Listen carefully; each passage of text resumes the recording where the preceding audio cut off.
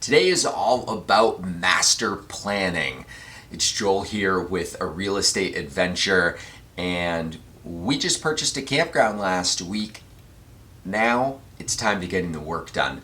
The first step for us, apart from any of the little operational stuff that is super important, necessary, that we have to get underway and we're working hard on. When it comes to our value add projects, it's all about the master plan as the first major thing that we're working on. And I wanted to make a little video today to talk to you about what we're doing. Any of you have any recommendations, suggestions, have been through this process and want to send some advice our way?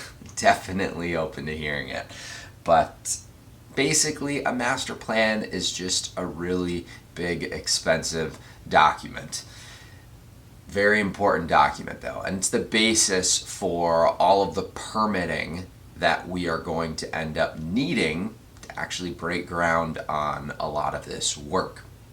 So in our case, the master plan is going to consist of a survey grade map that breaks out all of the roads, all of the current campsites, and any future campsites, cabins, beaches, paths, additional buildings, and other things we want to be on the property. It's going to be layered with all of your utilities. So once you design out exactly where you want all your stuff to go, well, then you got to figure out where's your power going to go, what kind of power do you need, what about any sewage, drain lines, drain fields, wells, water lines. All of those layers are going to need to go on to the master plan. And ultimately, that package of all of those layers is what we're going to be able to bring to the different government agencies that we need to bring it to in order to get our permit. And there's some other steps in the process for the permitting application, but that's for another video. For our case, it all comes down to defining what our goals are for the project and making sure that we get those goals onto paper, okay? And not just immediate goals, because again, this is a pretty expensive document. So we're trying to think 5 to 7 years out on ideally what we would like this particular project to look like someday. And we're getting those into our master plan now so that hopefully the work we do today aligns with the future work that we want to accomplish in future phases in the future.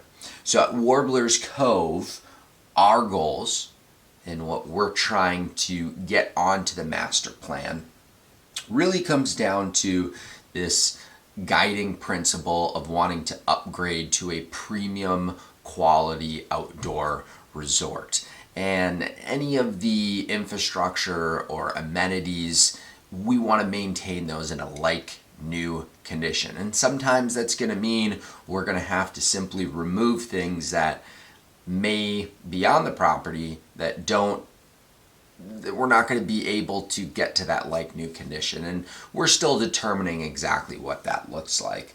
But for our case, if we look at some of the specific goals beyond that guiding principle, the first big thing is access to the water. This property has 4 lakes, which is super, super cool.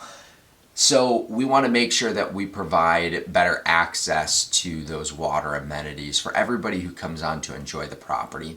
That comes down to beaches, that comes down to docks, and even that comes down to walking paths that allow you to get right down to the water's edge.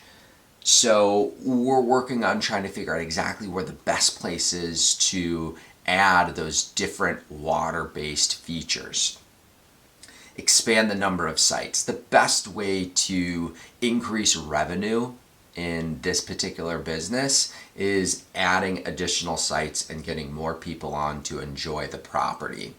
So that's really an area of focus for us. It seems like there's really strong demand there, and we definitely think that if we step the property up in quality, that we're going to see even more demand. Currently just over 200 sites, and we're looking at adding about another 100, but we want to make sure we do that in a way that doesn't detract from the property's current appeal. So we want those to be large wooded sites, trying to figure out different places to add those that doesn't make everybody feel like they're cramped in, because that's no fun for anyone who's in the RV world. And ultimately, again, that's the whole purpose of this, right? Is to make sure that we're providing a great product to people. The next thing that we want to do is figure out how we can improve the existing sites. In the case of this particular property, that means 50 amp metered service. That's going to be full hookups if we can make that work. Probably not going to be able to do it on all sites, but we're trying to figure out how in most sites we're going to be able to get to that goal. So that's something that is really important to folks who are looking for more of that premium option, and that's going to be our goal. With this particular property, we're going to end up having a series of different products available for our customers long term. So the idea is you'll have different ranges of options, and the people who want to have a more premium site, they want that 50 amp service, that will have those options available for them. And the people who might be looking for something that a little bit easier on the budget, that we'll still have those options for them as well. And then the last big goal that we have here at this particular project is lodging options. So we want to make sure that we're expanding beyond just the RVing world. RVs are only owned by about 11% of US households. And that's really not that much, right? We're missing 89% of the US population. So from a business standpoint, we want to improve that statistic and hopefully make ourselves accessible to basically anyone who's interested in coming and enjoying our property.